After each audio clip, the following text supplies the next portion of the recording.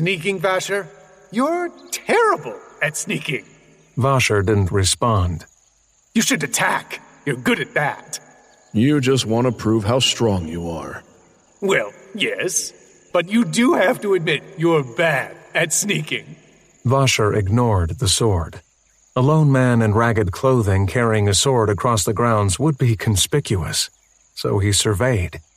He had picked a night when the gods hadn't planned any grand celebrations out in the courtyard, but there were still small groups of priests, minstrels, and servants moving between palaces. How sure are you about this information of yours? Because honestly, I don't trust priests.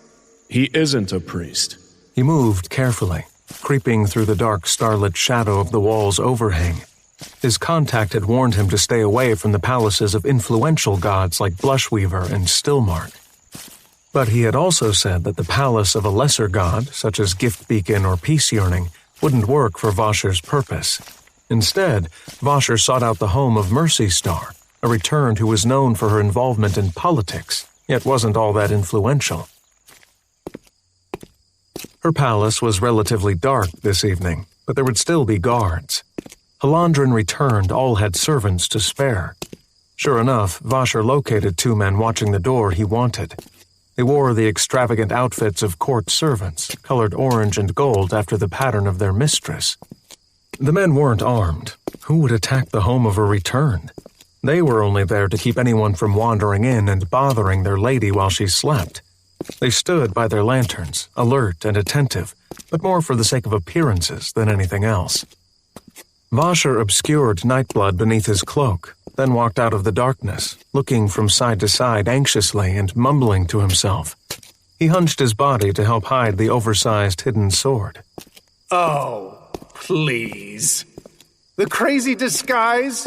You're cleverer than that. It'll work. This is the court of gods. Nothing attracts the unbalanced more than the prospect of meeting deities. The two guards looked up when they saw him approaching, but they didn't seem surprised. They had probably dealt with marginally insane people every day of their professional careers. Vasher had seen the types who ended up in the lines for returned petitions. Here now, how'd you get in here? Vasher stepped up to them, mumbling to himself about talking to the goddess. The second man put a hand on Vasher's shoulder. Come on, friend.